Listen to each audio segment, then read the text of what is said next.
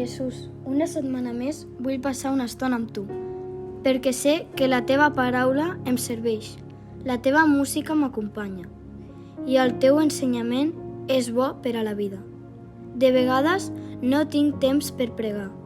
He de fer deures, classes, esport, jugar, passar temps a casa, veure la tele. Per això, ara aprofitaré aquesta oportunitat per estar amb tu. Què vols ensenyar-me avui? Jesús va explicar als seus amics aquesta història. Un home tenia un administrador que s'encarregava dels seus diners. Un dia es va assabentar que estava gastant molts diners al compte. El va fer cridar i li va dir: «Quedes acomiadat». L'administrador va pensar: «I ara què faig?». Llavors va cridar a tots els que li devien diners al seu cap i els va dir: «A veure, tu deus 1.000 euros? Doncs apunta 500». I així ho va fer amb els altres. D'aquesta manera, fent trampes, aconseguia fer-se amics. Quan l'amo se'n va assabentar, li va semblar fatal, però va haver de reconèixer que l'administrador havia estat molt llest perquè havia aconseguit fer molts bons contactes. Els amics de Jesús no entenien per què els explicava aquesta història. És que els estava invitant a fer trampes? Jesús, veient que s'estaven una mica despistats, els va explicar: «Veureu, el que us vull dir és el següent. Cal ser astuts a la vida, i el mateix que la gent dolenta i tramposa usa l'astúcia per a fer mal, vosaltres heu de ser astuts per anunciar la bona notícia. Sigueu honrats, sigueu de fiar, no vulgueu servir alhora a Déu, al poder, la riquesa, la diversió. Vosaltres heu de triar la meva amistat». Quina història tan estranya. Un administrador injust, un trampós que traeix el seu amo. I tu el poses d'exemple, però no és un exemple per fer trampes, És l'exemple que cal buscar solucions per als problemes. Jesús, et demano que m'ensenyis a mi també a resoldre els problemes. Avui Jesús ens diu que hem de ser astuts per anunciar la bona notícia. Tracta d'imaginar quin és el millor camí per mostrar que Jesús et fa feliç. És repetir les seves paraules? O potser més fàcil és tractar de viure a la seva manera? El text s'acaba amb les paraules: «Vosaltres heu de triar la meva amistat». La cançó és una declaració d'amistat. Jo vull ser amic de Jesús, en el cor.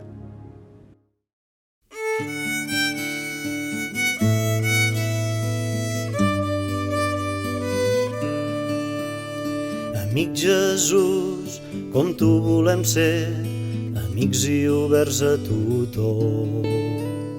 Creixem així i donarem la pau a tot el món. Dóna'ns la força per créixer i viure en llibertat. Dóna'ns la força per créixer i viure en llibertat.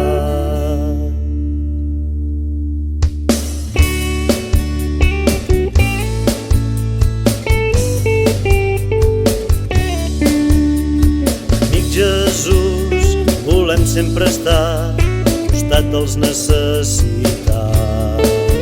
No ens oblidem que ells també són els nostres germans. Dóna'ns la força per créixer i viure en llibertat. Dóna'ns la força per créixer i viure en llibertat.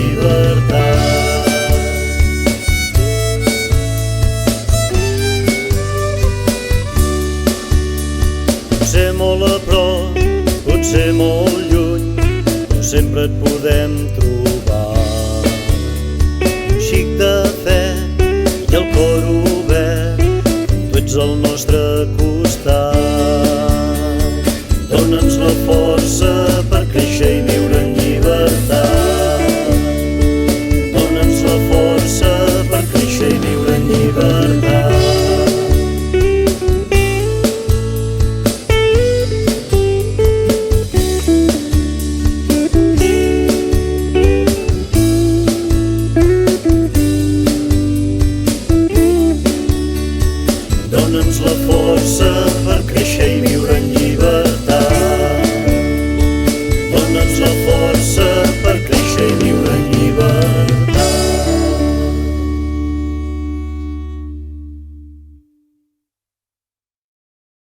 Jesús ha dit als seus deixebles que no podem triar-ho tot a la vegada. No es pot tenir-ho tot, voler-ho tot, viure-ho tot. Per això, la pregària final és una invitació a triar el camí de Déu. Entre l'amor i l'odi, Jo trio l'amor. entre la guerra i la pau, Jo trio la pau. entre l'alegria i la tristesa, Jo trio l'alegria. entre l'egoisme i la generositat, Jo trio la generositat. entre acumular i compartir, Jo trio compartir. entre l'amistat i la soledat, Jo trio l'amistat. Pare nostre que estàs al cel, que sigui santificat el teu nom, que vingui a nosaltres el teu regne, que es faci la teva voluntat, aquí a la terra com es fa al cel. El nostre pa de cada dia. Dóna'ns, Senyor, el dia d'avui, i perdona les nostres culpes, així com nosaltres perdonem als nostres deutors. No permetis que caiguem en la temptació i deslliura'ns de qualsevol mal. Amén.